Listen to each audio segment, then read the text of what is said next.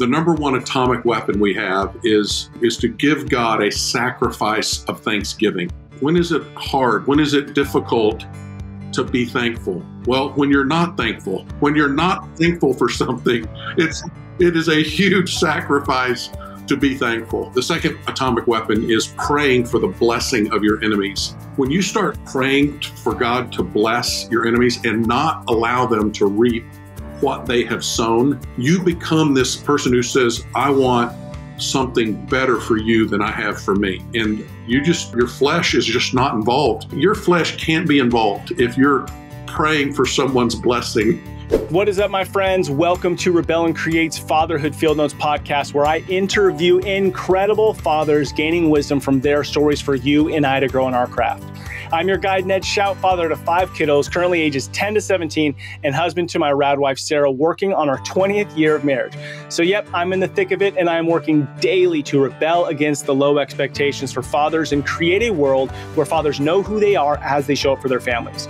You and I have the greatest opportunity to impact our world through the way we embrace our fatherhood role.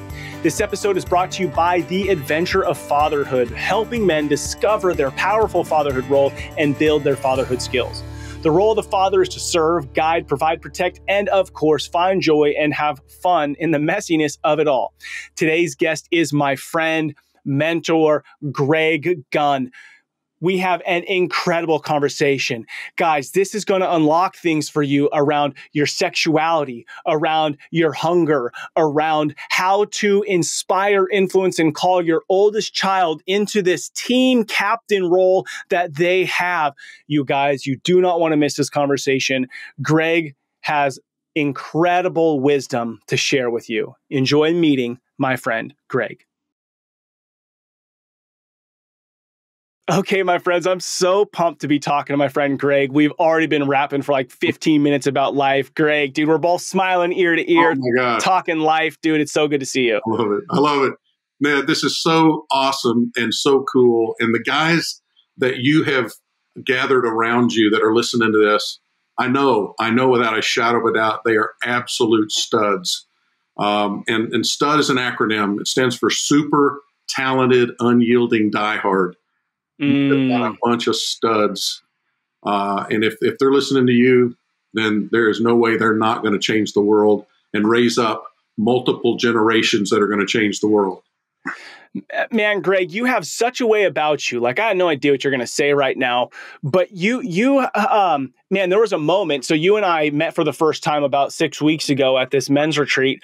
And I remember you saying something from across the room to me, and same feeling I get from you right now.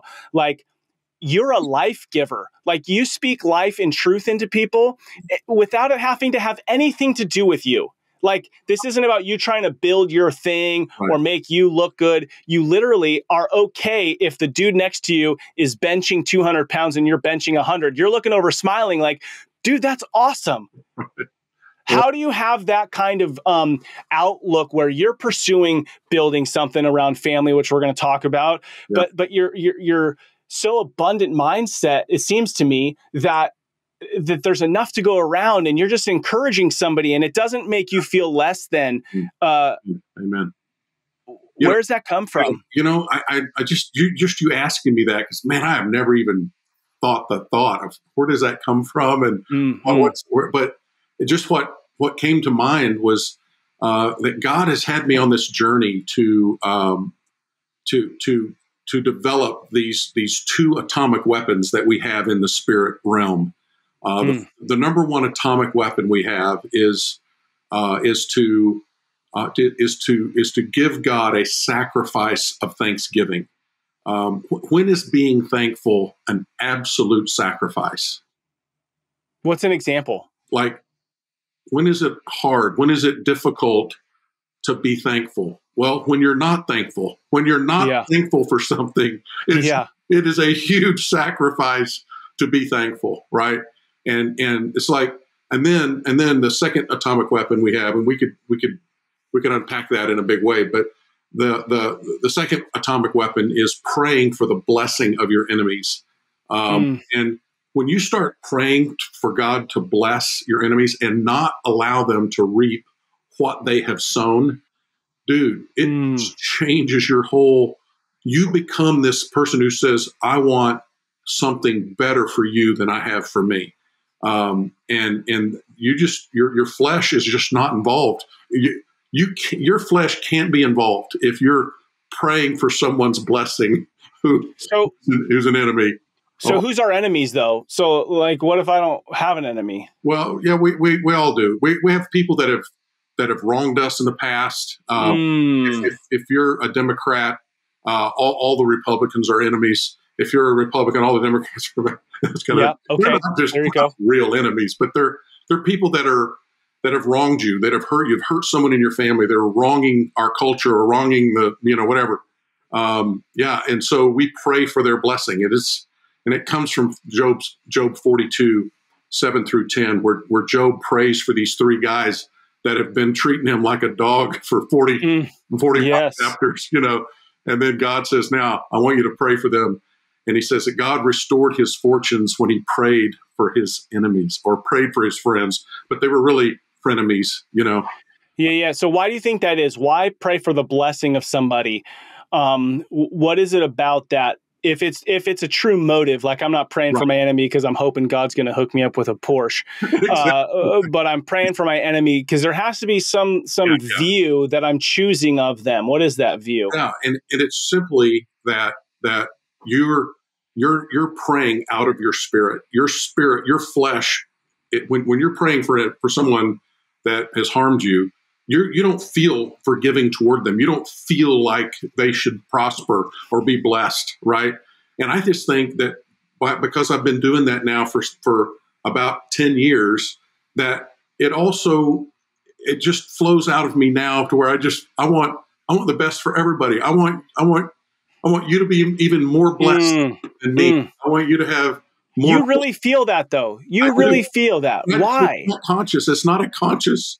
I don't consciously think that. Now that you're telling me about it, it's like, oh my gosh, this is not even conscious. It's like it's coming, it's oozing out of me from a. So how is it oozing out of you? Is it because you made it you chose it for so long that it eventually became a part of you? Yes. I think that is. Dude, that's what's up. That is the gift. That is the blessing.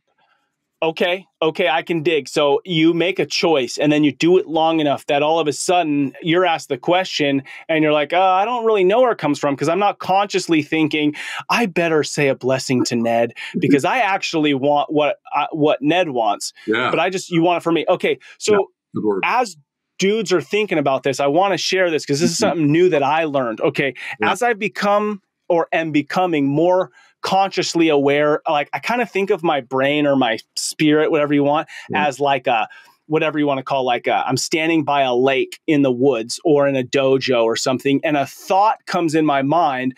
I now can grab the thought and choose what to do with it. Okay. Oh, yeah. So talking to my mentor recently, we were talking about forgiveness. So I'm bringing this up because you're talking about blessing your enemies, not just forgiving them for what they've hurt you. Like that's a whole nother step. So something interesting is he was like, hey, when Jesus said, forgive your enemy, not 7 times 70 or 70 times 7. Right.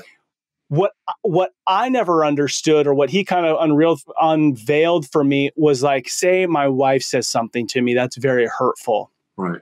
Okay. That comes into my mind, a reminder of her saying that. Now I say, okay, I forgive her. Now that doesn't mean that it's still not going to come up and hurt me sometimes. But when that thought comes into that dojo, I have the choice. When I see the thought, I hold it in my hand and I go, wait a second, I've already forgiven this.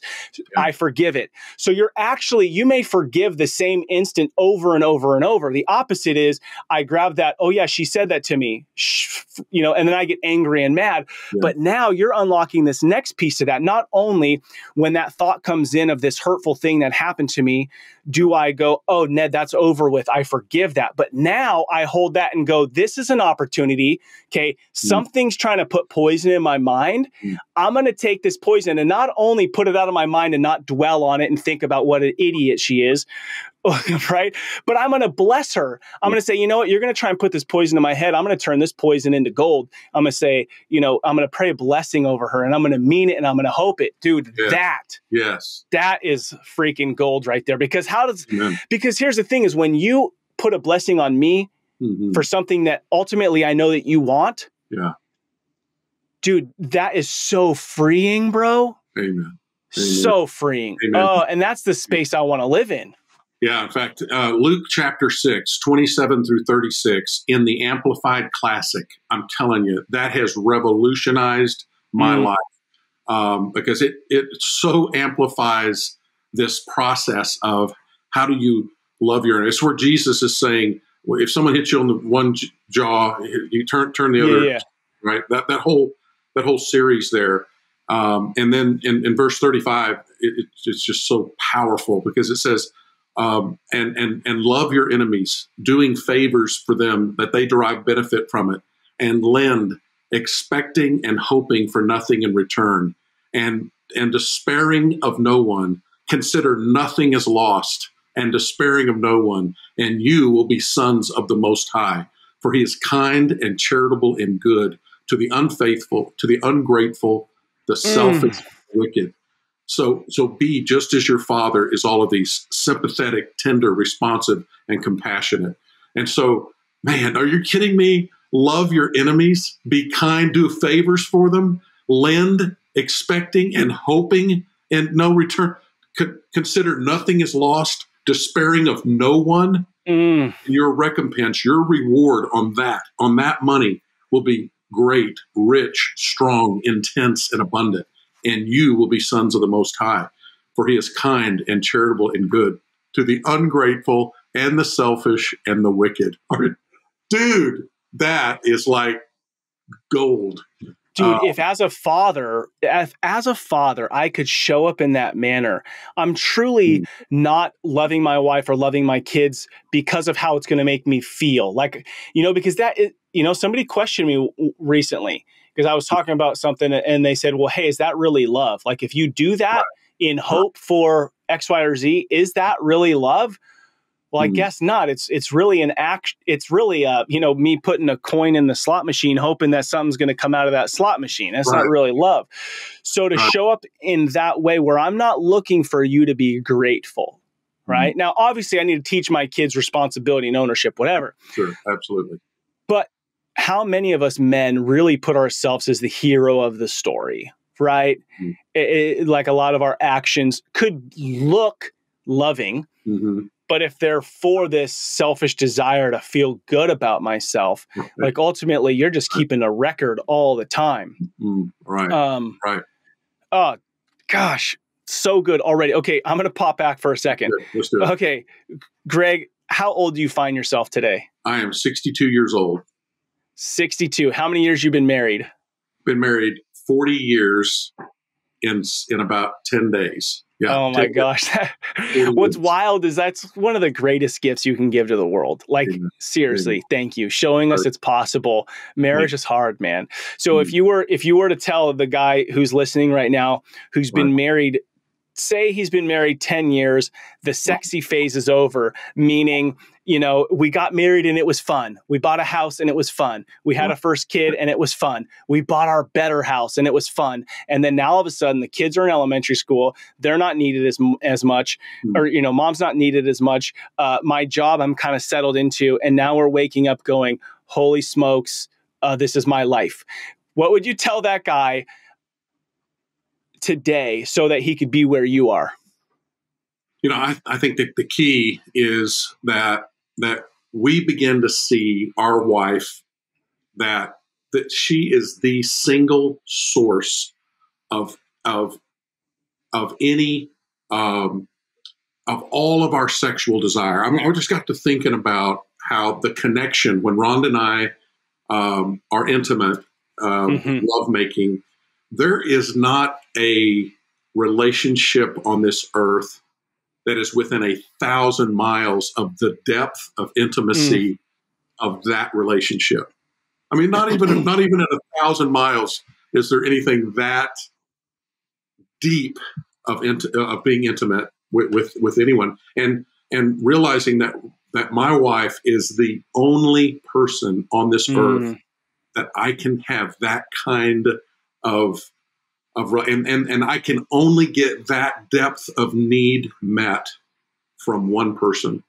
And when that just really, and it's just been within the last few years that I have really gravitated to this because when Rhonda becomes the absolute only way I can get that intimacy, there's no other way. I can't get it from an image. I can't get it from masturbation. I can't get it from anywhere else. There's only one place I can get that incredible, loving, awesome need met is her. Dude, that has changed I am so much more compassionate.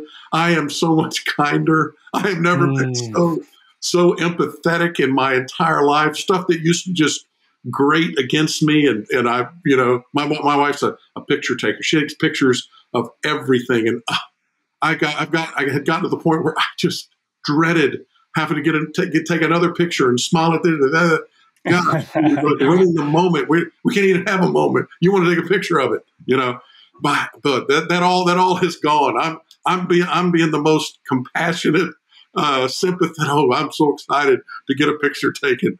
Oh man. Anyway, and so that to me, we truly have the deepest connection sexually that we've ever had in our whole lives, and it's because I've changed, and I'm now getting 100% of that need met by this one awesome, incredible woman. And so she's the deepest, most intimate relationship you're ever going to have, and God has blessed you with this girl. So, dude, just lean in, 100%.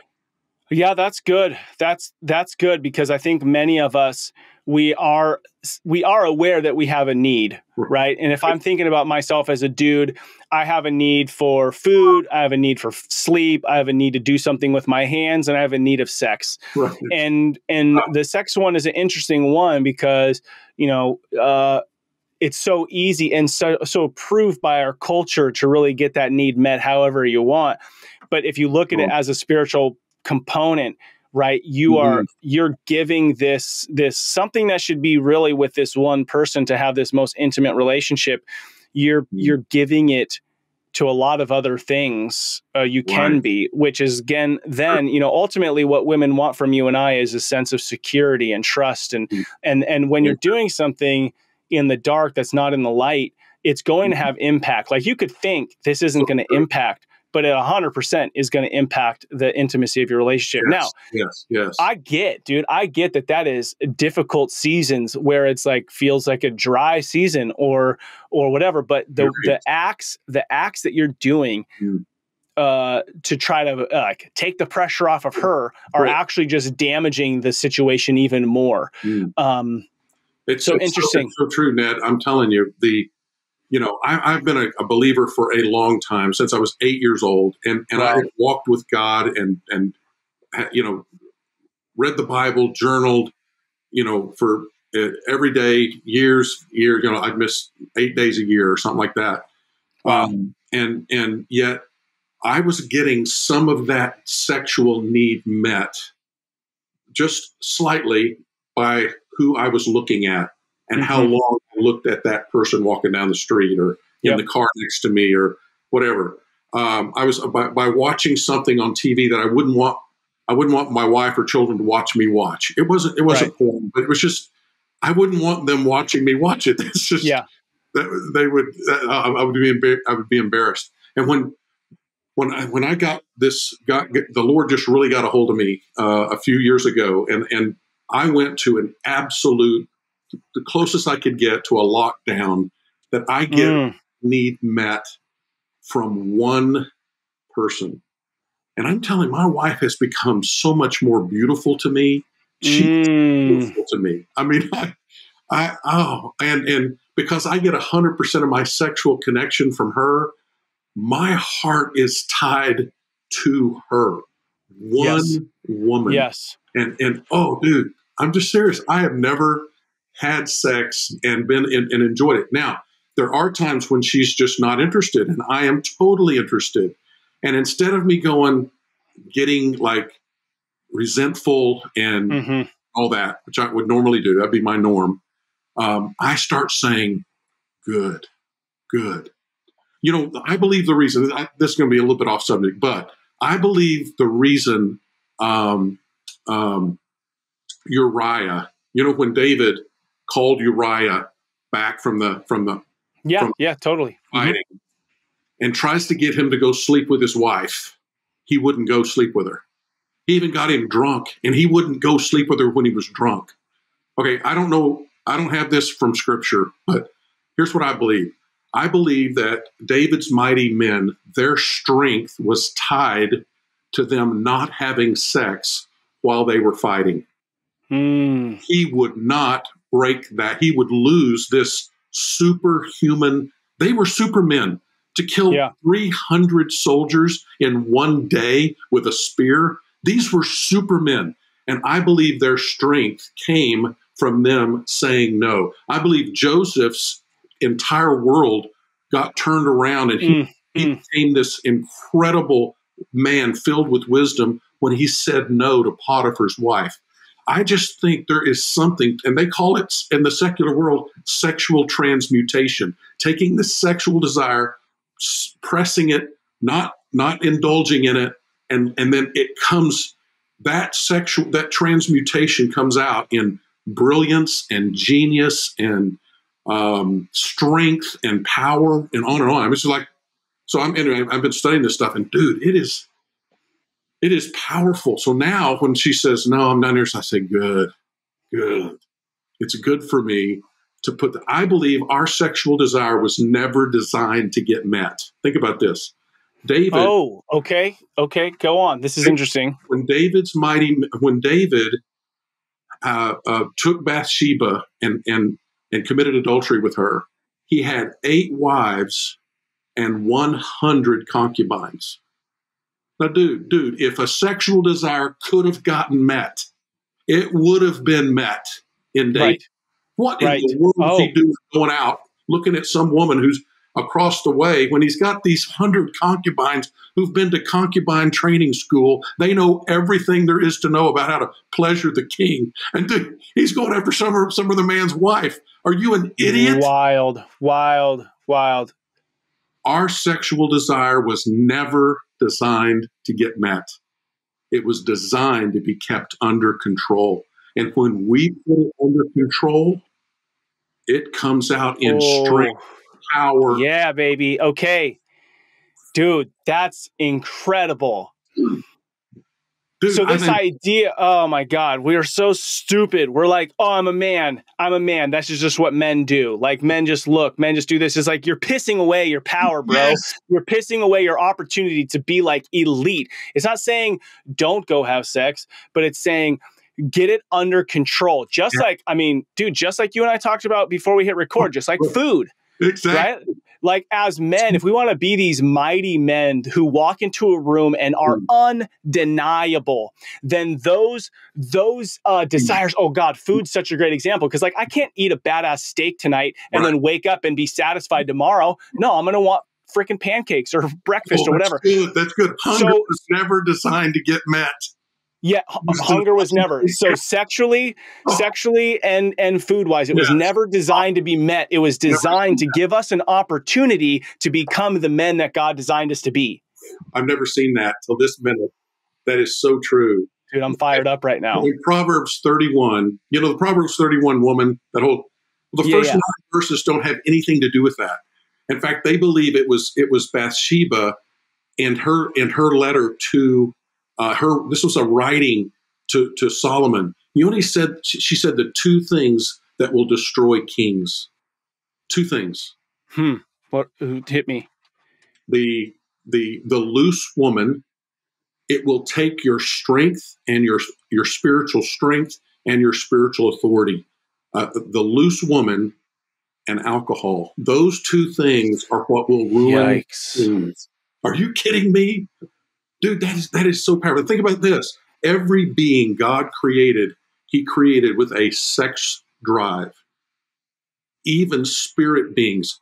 Think about the Nephilim. Where did the Nephilim come from? The sons of God, spirit beings, have a sex drive, and they actually desired sex with human women and had sex with human women. I believe every being God created, he created with a sex drive. And it was designed to be kept under control, never designed to be met. Honestly, dude, I think that's a revelation. That's an end time revelation. So God gave us a desire for, let's just call it for both. We have a hunger inside of us. All of us have a hunger. And is that hunger to get fed? Well, it clearly when we go down a rabbit hole of food or sex, and we're constantly pursuing it for comfort, that's where we start to get like we start looking at stuff that's just like worse and worse and perverted. Like it just get worse and worse, right? And then even with food, it's like we go, like, look at all the shit we have freaking around our world right now that we could go have access to food-wise. We're looking for this satisfaction that was never meant to be met. It was meant to create a disciplined man, and not to where you're putting yourself in suffering in like I'm going to whip myself and like whatever that would be. Right. But to be able to step into this role of king. And I guess, dude, ultimately it's to stop thinking about ourselves. Like, can I stop thinking about myself and can I think of others? Because even if we're talking about sex with my wife, like how often am I thinking about it's about her? Never. That's good. Miss an opportunity, bro. Come on. So here, I'll share this with you right now. I've never shared this on the podcast before, I don't think, but I'll just share it with you real quick. I was realizing, I don't know what year this was, but I was realizing like, dude, I was getting resentful and frustrated around sex all the time, dude. Like, I think it's going to happen tonight and it doesn't happen. And so I'd like storm out of the room, it's like 10:30 at night. I start, and she's like, what's wrong with you? And I'm like, I'm just like so built up. Whatever. And she's like, oh, shit, I didn't know, or whatever, And so anyways, one day I came to her and I was like, hey, I'm going to fast from sex for a couple weeks.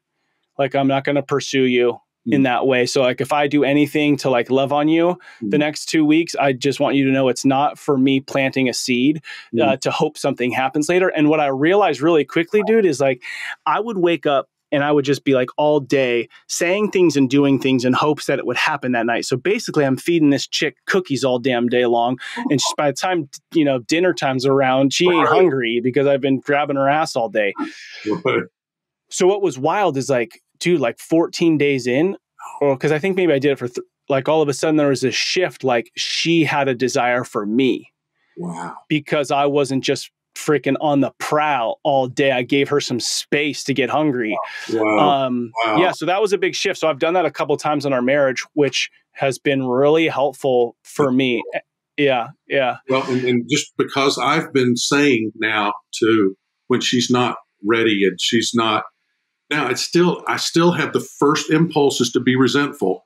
And I stop and I go, no, good. This is good. Okay. Did you know our bodies work best? And you probably know this better than me. Not on 3 meals a day. Did you know the human body actually can perform at a higher level on just 1 meal a day? Isn't that wild? Now I don't know that. I don't know if that's true or not, but anyway, I would love for somebody to do a study on that. I mean, I recently read, and I think it depends on seasons and stuff like that, but I recently read some sort of study, like your most creative time could be when you're hungry, because like if I'm hungry, then my body is becoming more focused because my body's turning into like, I want to go hunt. So I need to be super focused so that I can hunt and kill something to eat.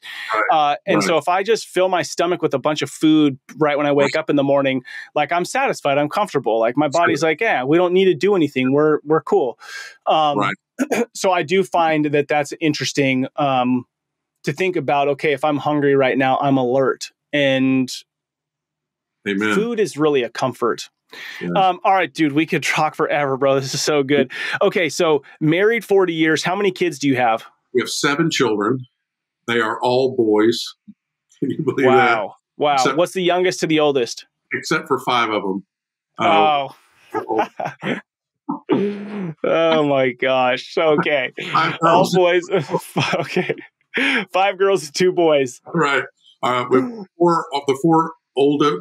First 4 were girls. Then we had a boy. Then we had another girl, and then our youngest is Jacob. He just turned 21. Our youngest turned 21. Our oldest daughter is 37. Wow. And we have a special needs boy, our oldest son, who's just about to turn 25, and he has autism. Very high functioning, but is probably going to end up living with us for his entire life. So, yeah, but it's just incredible. Our girls are just incredible. They are gorgeous. Man. They are entrepreneurs. Every one of them. Every child in our family has an entrepreneurial spirit. They either have Jacob works for a startup company right now, but he's an entrepreneur at heart. He does some stuff on the side and all that kind of stuff. So that's our dream, our vision, our financial dream and vision for our family is that in every generation we will have the entrepreneurial spirit, even if we are entrepreneurs, meaning we work in a company, but we still are entrepreneurs at heart, even though we work for a company. So, yeah. And then how many grandkiddos do you have? We have five grandchildren. So 5 and counting, I'm sure. Yes, that's right. We've got our oldest is 16, oldest granddaughter is 16, and our youngest is 6. So 3 girls, 2 boys in the grandchildren. So they're awesome. How do you like being a grandpa? I love it. And I love the question you asked me when we were at our men's retreat. You said, Greg, what do you do with your grandkids?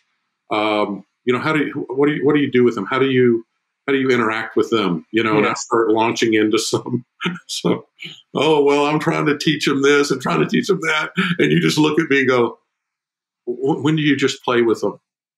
Man, that has haunted me ever since. Dude, yeah. Hey, Greg, just go out and play with them. Don't teach them anything. I love it, man. I could be a little blunt sometimes. I'm learning from others. It's like, dude, just celebrate. But I'm like 2x4 between the eyes. It was beautiful, man. Well, I'm glad you took it that way. I'm glad you took it that way. Beautiful. It was beautiful, man. So yeah.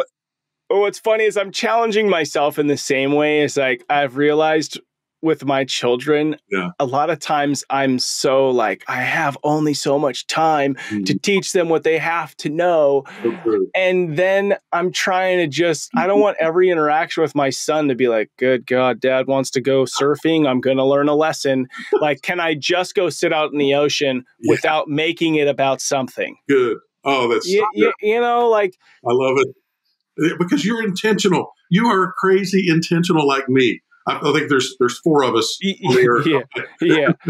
But yeah, I'm with you 100% that I'm thinking, I got to get this lesson. I got to teach them something. I got to, I want them to one day remember, I remember Grandpa, I remember Dad, he really taught me that, whatever. So yeah.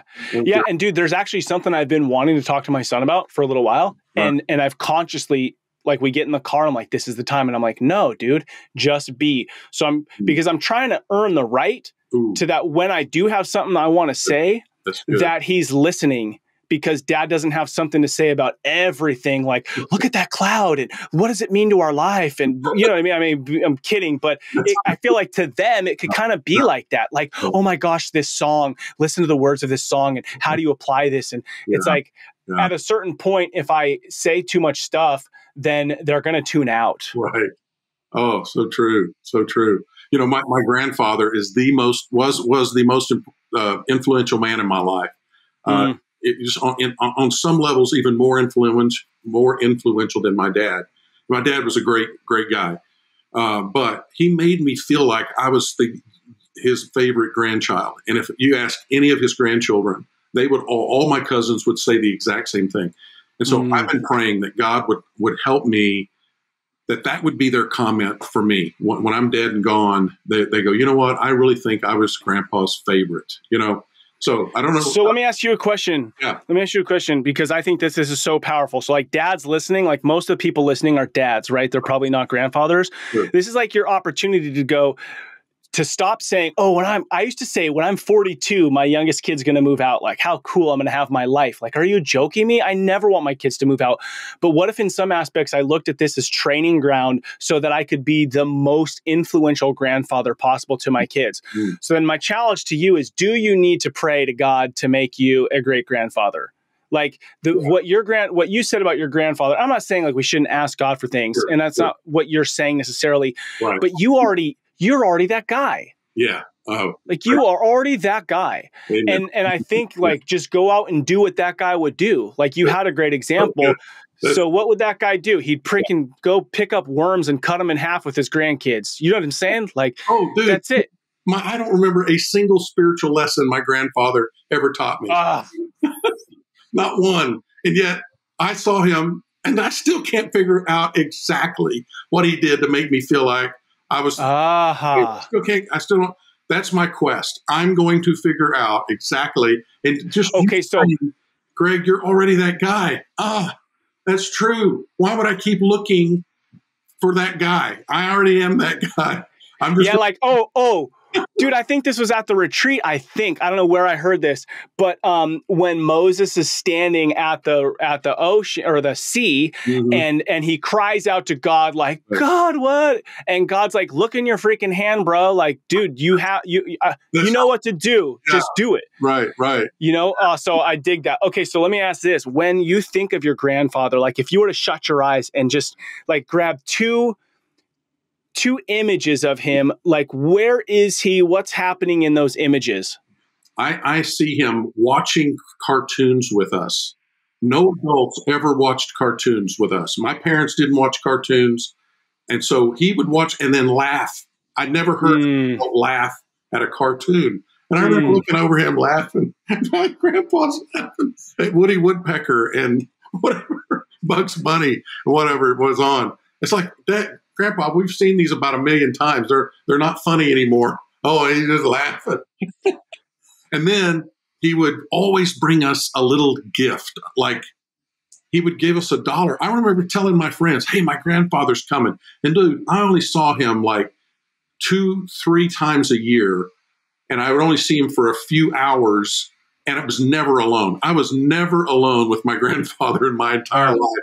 Because he had like 36 grandkids or something. I mean, wow. Be a lot. Yeah. Anyway, those were some things I've been thinking about. Like he just would bring us a sack of candy or $1. He would give us $1 because he forgot to go get candy or whatever on this visit, and he would bring $1. We were just mesmerized over him giving us this $1. You know. Oh, anyway, those are just so, bro. I got the formula. I wrote it down. Okay. And I think us dads could apply this to ourselves as well. Good. So when you told me those two images, I mean, let's not even dig into the candy and the $1. When you look over at him and he's watching cartoons with you and he's laughing, I wrote down, he is with us. Like you look over and he's with you. Like your grandfather is with you, not like trying to make a moment. He's with you and he's engaged and he's present in something that mattered to you. So true. So okay, and then here's the other freaking nugget that we are all fall victim to. There is nothing. Okay, so what I wrote is there isn't something more important. So like if I'm watching cartoons and I see my grandfather fixing this and doing that and running around, there's something more important than sitting here and laughing and watching cartoons. Like cartoons is probably literally the biggest waste of time. Right? Like you and I'd be like, this is a waste of time. Right. I'd be like, while you guys watch cartoons, I'm going to go do something that provides value. So how much of the time are you and I and dads listening missing the moment because we're doing something that we think is more important than just being with? Man, what a great analysis. What a great to analyze that and for you to bring that out of it. That is so good. Oh, dude, I'm pumped. I'm pumped because now I just made this so much easier for you dads. Just go watch cartoons with your kids. You don't got to do anything else. But to some level, it's probably true, right? Like, so true. He was so present. He was just with us. Yeah. Oh, Yeah. man, that's something big. And as a see, this is what's hard, Greg, for guys like you and I who are also pursuing, right? Like Yeah. I'm 40 and I'm like pursuing building adventure of fatherhood, and you're 62 going to build family ID. Right. To what level are we also going? We're pausing and also doing the doing, like we're just being the guy, not trying to work towards helping other people, just be busy like us. That's good. So dude, oh my gosh. Okay. So, this is so good, bro. Since I brought up Family ID, I mean, I would just love to talk about it. Yeah. The work that you're doing to help families understand who they are. Talk to me about Family ID. Dude, I just first got to tell you, all your stuff is so beautiful. Right. It's so like all the work, it's just done so professionally. And then I'm going to share a win from the work that you've done in my own home. So go ahead. Okay. Well, this started for me. I was in the financial services business from 1980 to 1997. I was 37 years old. And the associate pastor was absent one Sunday from church. The next week he was back. And I said, "Hey, David, where were you last week? I missed you." And he said, "Well, my wife and I were on our annual family goal setting weekend." I go, "Oh, what?" He goes, "Yeah, this is our 5th year. We go every December. We go away. We write goals for our marriage, goals for each other, goals for each of our kids. We 3 or 4 or 5 goals each child. And we sit down with them when we get home. We ask them, what are some goals you want to accomplish this year? We write them all down, laminate that, put it by their bed, and we pray over them, go over them with them at night when we're tucking them in." I go, "Dude, stop.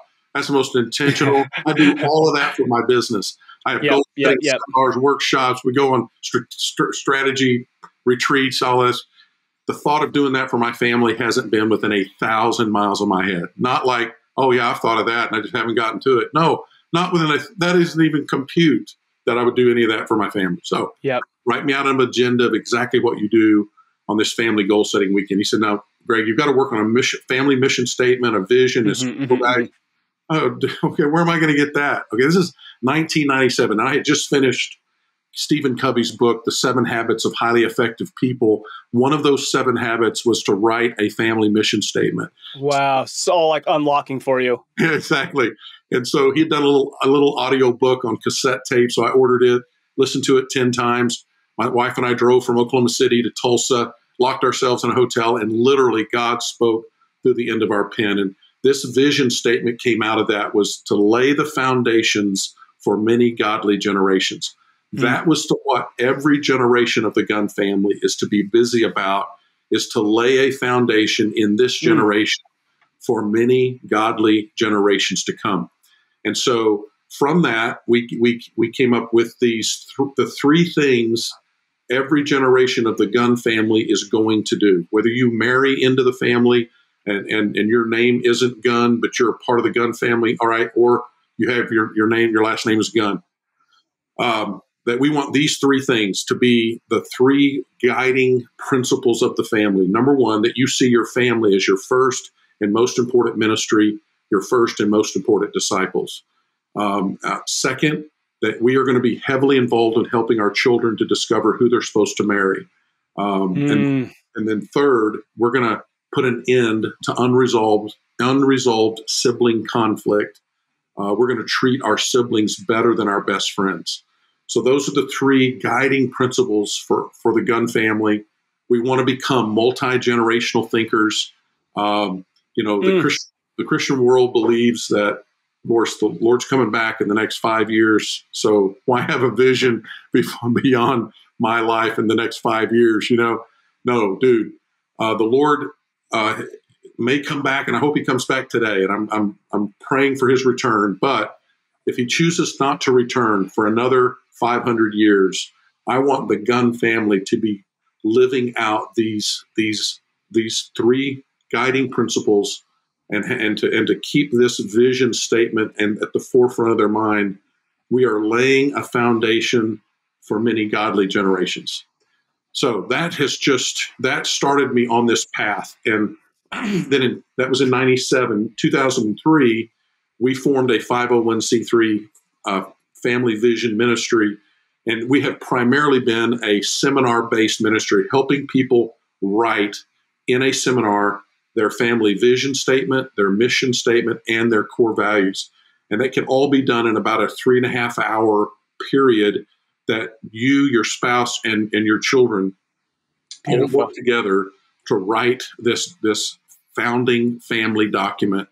This will become a part of your family archives throughout every generation. Just like the Bible is the family archives for one family, Abraham's family, this is going to become your family archives for your family. So, dude, it's powerful. It's so powerful. I love it. And when I first was, you had brought this up on one of our Friday calls with the group that we're rolling with. Mm-hmm. And it was just, it's so cool when I'd say God's doing multiple things and multiple people around the place. Right. And then you're able to go, oh, let me give you a little something and you give me a little something, and it helped just like unlock more potential for the things that we're doing. And so I just remember hearing it, getting super excited about, the assessment that you now have to help your family understand, who you are. So we've gone through this, the assessment, and dude, it was really cool when I did it. We're the focused family. And then yeah, what I love, dude, is like then it gave the wolf, like it gives you kind of like a spirit animal. And my middle name is Wolfgang, and my dad's middle name is Wolfgang. My son's middle name is Wolfgang. And it's just, it's like all those things start to go, okay, dude, this is what we are. And man, I love, like for our family, really, dude, we are like a wolf pack. Something that we kind of celebrate as a family is like we're very independent. Like each of us could run off for a day and go do our own hunt, do our own thing, kind of. But like, dude, but then I think of a moment like last night, bro. My son had 3 friends over, so like 4 middle school or high school boys now. Just it was chaos and loud. And so I walk into my room, and my wife and 4 daughters are all laying in our king size bed, just huddled up like a bunch of freaking little pack of wolves, just. And they need that time to be together. Yes. And it feeds their souls. But now there are such independent women off doing their own things today. But it just, dude, it's just so good. So I'm going to bring up something that really impacted my family from your work. So like as I went through Family ID and I looked at all your resources, one of the things that was really incredible to me was this idea of the siblings. Okay. And so like I read through this stuff on the sibling, and really you're talking about the oldest has this, especially the oldest has this really important role. And so I've been talking, it's really an interesting time because Brooklyn, 17, she's a senior in high school. She just first day yesterday. So it's already this really interesting transition. And this summer, there's been this heightened awareness for her that this is not how life will always be. She's going to move out. So she's already had this more in tuneness to be connected to her siblings. But now your stuff has unlocked some conversations for me to have with her to say, Brooklyn, your role is a really significant role. Like your siblings are looking to you in a certain way, but also you play this kind of role where you have a connection to mom and dad as well. It's almost like you're that in between of the younger, not even youngers, but those who are after you, and then mom and dad. And so she's like, yeah, dad, there's this different weight that I have when you or mom speak to them or treat them. Like there's this different feeling of that I have about this. Dude. So that stuff has been like, what are thoughts you have around the sibling stuff that you've been, because that's one of your core values as well as a family. Talk to me about that. Well, and that's what the key that you have just uncovered is that your older sibling, the older siblings all have a team captain anointing. They are anointed with the ability. It's not a chore for them. This isn't a heavy burden for them to bear. The team captain, they are built for it, especially the firstborn. They are just built to handle whatever weight that is. It is comfortable for them.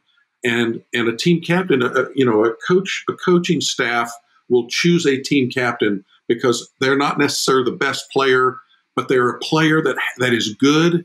They're disciplined, and they have a heart for the team. They want to see everyone win. They're not like this individual players just trying to float his own boat. This is somebody who's really focused on the entire team doing well. And if a team, if a coaching staff, if they don't use the power of their team captain, they are crazy. Okay, the team captain on teams I grew up on, the coach would come in. We're gonna win the next state championship. Blah blah blah. And then he'd leave. The team captain would get up and go, okay, is the coach gone? Yeah, he's gone. All right, listen, here's how it's going to go. All right, this year, if I catch anybody on this team doing drugs out late or drinking during football season, me and my buddies are going to throw a party in your honor. It's a blanket party. They throw a blanket over your head and beat the shit out of you. Yeah, and you can't tell anybody. Yeah. Because you couldn't see us. We had the blanket on your head, right? And so I go, oh, dude, now the coach on his best day couldn't have policed that rule. Okay, dude, he doesn't have that authority. He doesn't have that influence. There's the ticket. That's right. A team captain is a position of authority. It's a position of influence. Your older children don't have the authority to punish. Okay, so right. You have this awesome position of influence, and they can police this in a way that less like you can't. And so when you sell them on their team captain role, it is just crazy good. And then your 17-year-old. So how many boys do you have? One. Okay. How old is he? He's 14. Okay. All right. When his 17-year-old sister, I had an older sister. One time she told me my shirt looked good. Guess what became my favorite shirt? Yeah. Of course, that one, right? Now, yeah. Why? My mom told me my shirt looked good every day. Well, she bought the shirt, and moms are supposed to say that, okay? Right. When my sister said it, she didn't have to say it. And when she said it, then it was either true. And that could be for something incredibly negative or incredibly positive. Yes. You see what I'm saying? So, in fact, if your daughter says to your 14-year-old son, did you know that the girls think you're really cute? Well, first of all, every 14-year-old thinks they're a klutz and that no girl's ever going to like them or whatever. But that older sister, oh my gosh, she is a life giver. She can give life or she can take life. And for her to have this, dude, she will accomplish. And here was another study on this, was that these psychologists were saying, look, in a family, the older siblings are like the nurses in the hospital. Mom and dad are like the doctors. Okay, the doctors swoop in like for 2 or 3 minutes, but it's the nurses that are there doing the work all day, every day, and all. So it's the same. Your older daughters are these team captain. Have these team captain? They're there all time. They're there all the time. They're there. As the nursing staff on all of these, on all the younger children. So, Greg, I think that the opportunity you're giving dads right now. Okay, so dads, you get to speak life into the oldest son or the oldest daughter, and to show them who they are. Like, hey, you have such an influence in this home. Your role is so important in this home. Call them into it. Yes. One, it's going to make your life a heck of a lot easier, right? Because you're not all things. You are not all things to everybody. Amen. So I think that's really important to understand. I want to share 2 victories that I've seen. I'll just share one. Dude, last night, last night, one of my daughters is crying on the couch, telling us about an issue she's having with a friend. Wow. I think that because of the conversations we've been having with our oldest around the sibling thing, last night she's sitting there and mom and I are going, hey, daughter, to the younger one, do you want us to call their parents? Do you want us to set up a time for us to connect? And she's in tears. She's just like, no, I think it'll make it worse. No, I don't know. And then Brooklyn, my 17-year-old, steps in and she's like, hey, I know your friend really looks up to me too, right? Because she's a 17-year-old girl. Of course, this 14 or 15-year-old girl is going to look up to my daughter as cool, who drives and is beautiful, blah, blah, blah. And she says, hey, I know I have some influence. Would you like me to set up a time to meet with the 3 of us? And my other daughter goes, yeah, I would really like that.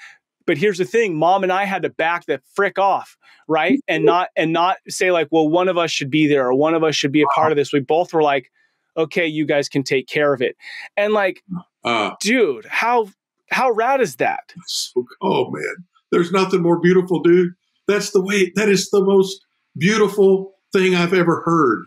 That is that is the way. You have just found the way, man.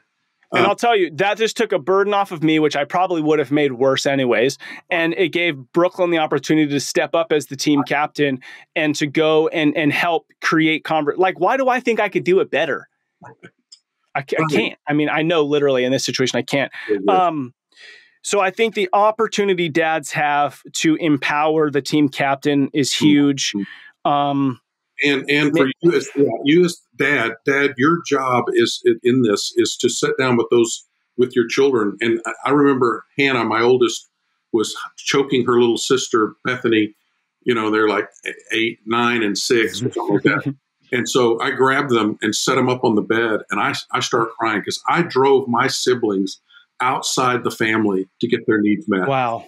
Peer pressure becomes insurmountable if an older sibling is continually hurting the younger siblings or ignoring them or whatever, because they need that older siblings that influence is so important for their development, for their growth, for their, in whatever way. And so, but I'm telling you, but that team captain position is so important.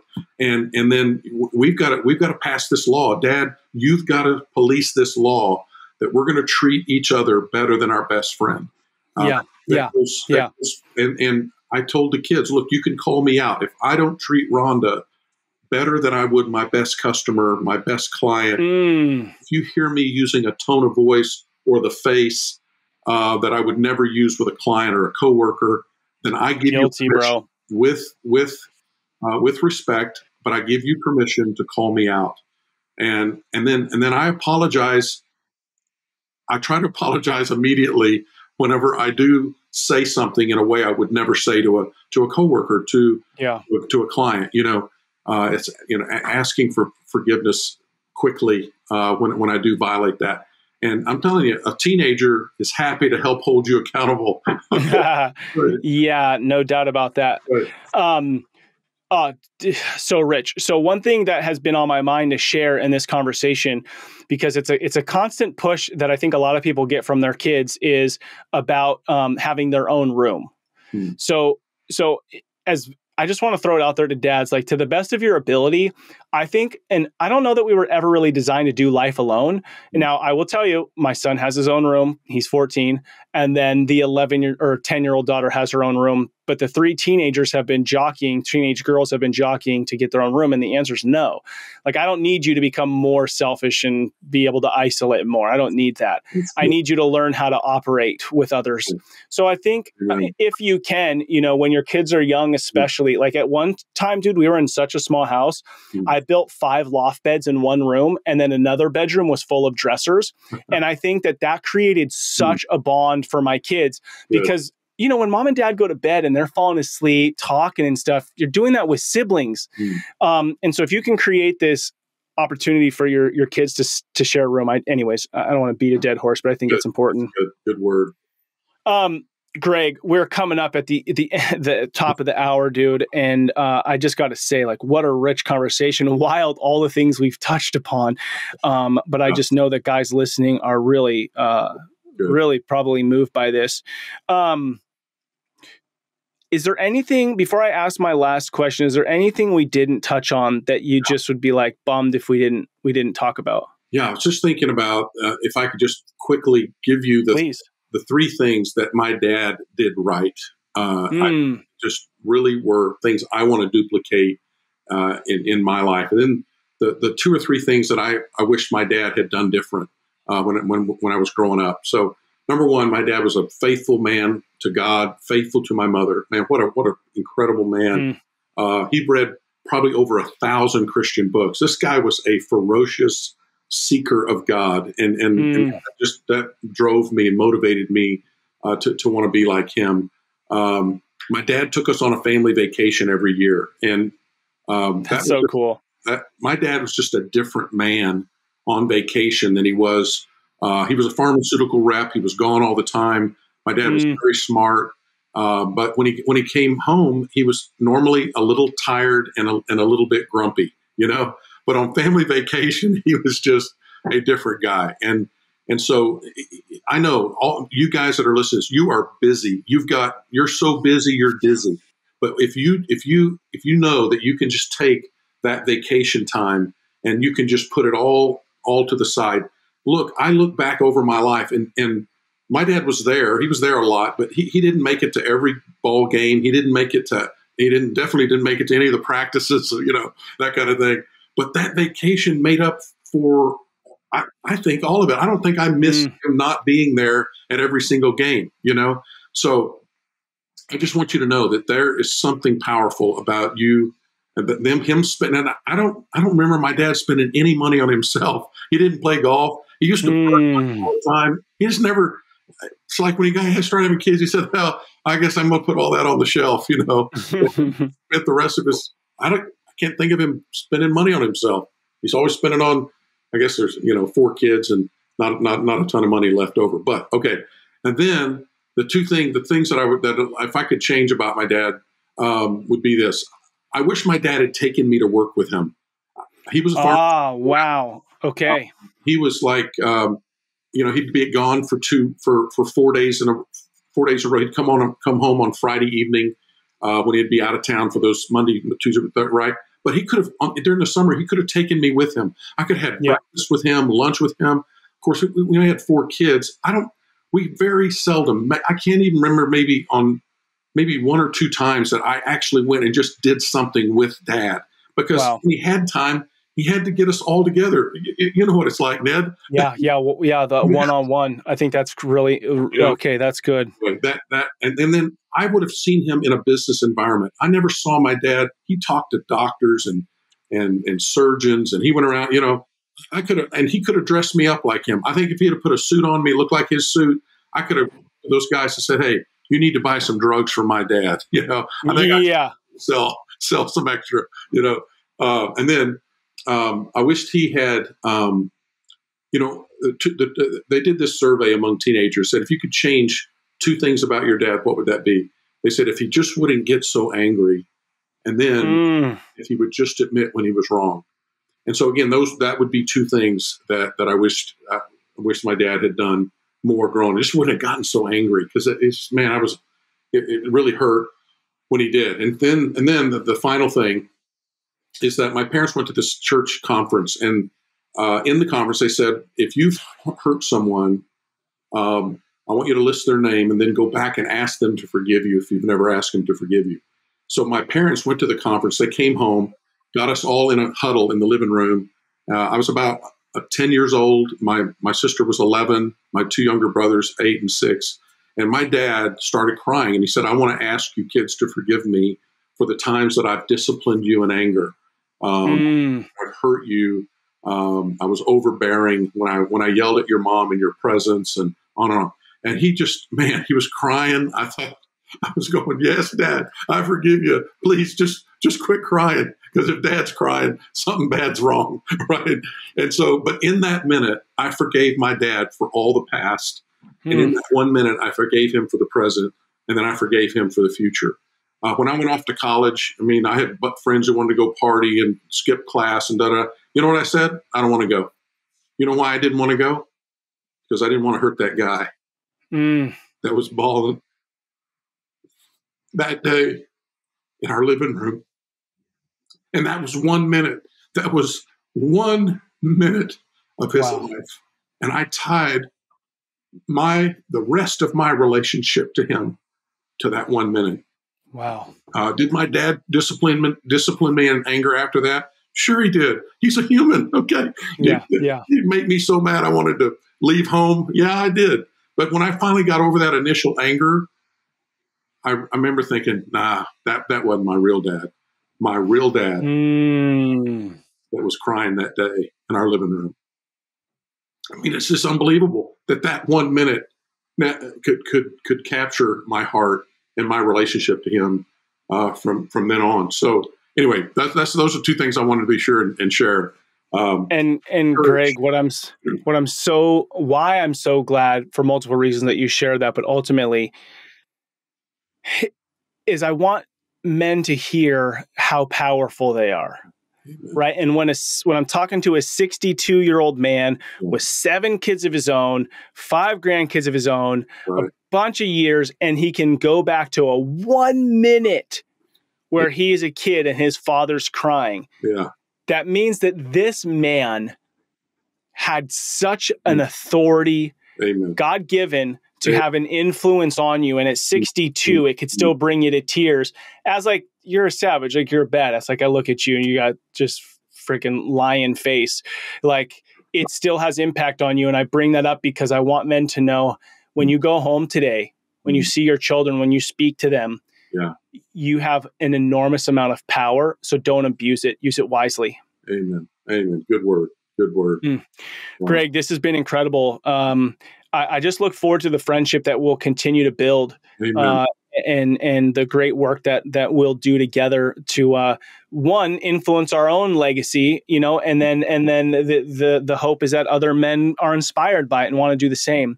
Amen. So, my friend, let me ask you this last question. If you were to peer into the home of your great grandkid or your grandkids in 30 years, right? So 30 years from now, you're 92 years old, you're looking into the homes of your grandkids. What is it you want to see?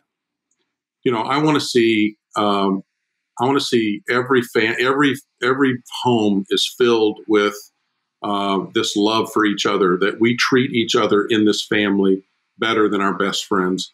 If I could see that in every one of those, any one of those homes, part of our Gunn family vision statement is that we will model the love and the worship of God at home as well as a local church. And so that's where we want the modeling of God's love. The Jewish family models the love and the worship of God at home. And I'm not sure what all they do at the synagogue, but they do a lot of stuff at home, right?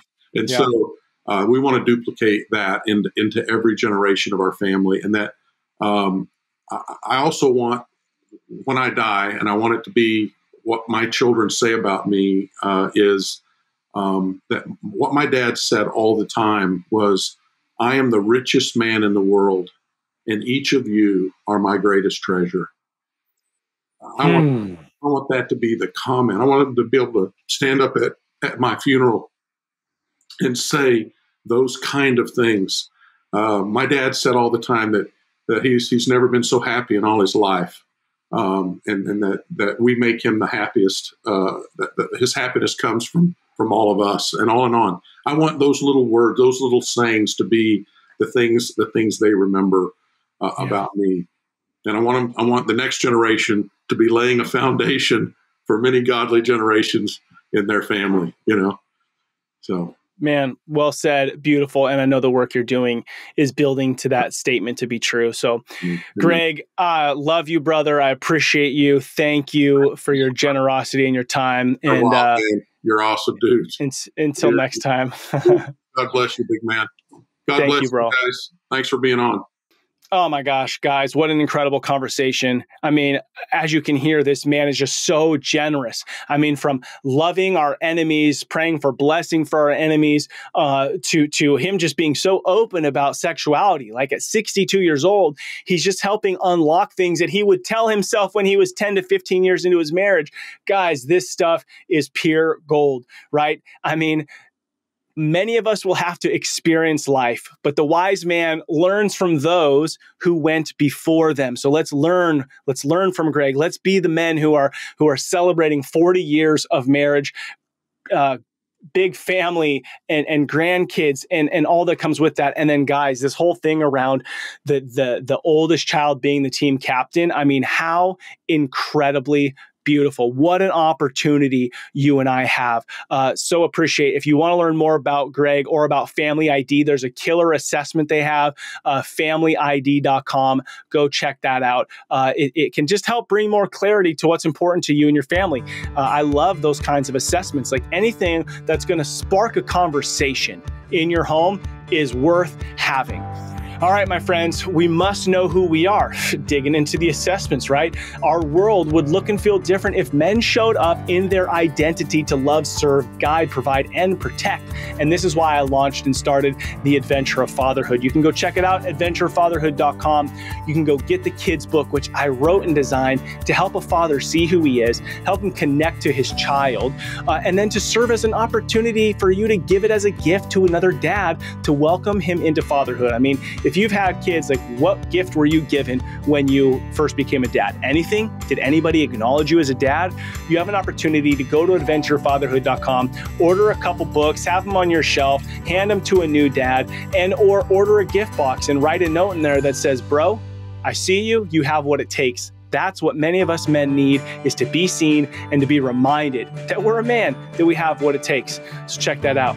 All right. Thank you to all you dads out there listening to Rebel and Create's Fatherhood Field Notes podcast. What you do matters. Don't be like everybody else. Be yourself. That is who your kids, spouse, and community needs. This is your guide, Ned Shout. Together, let's rebel against the view that fatherhood has little impact and create lives engaged in mastering the craft of fatherhood. I look forward to hanging out with you next time.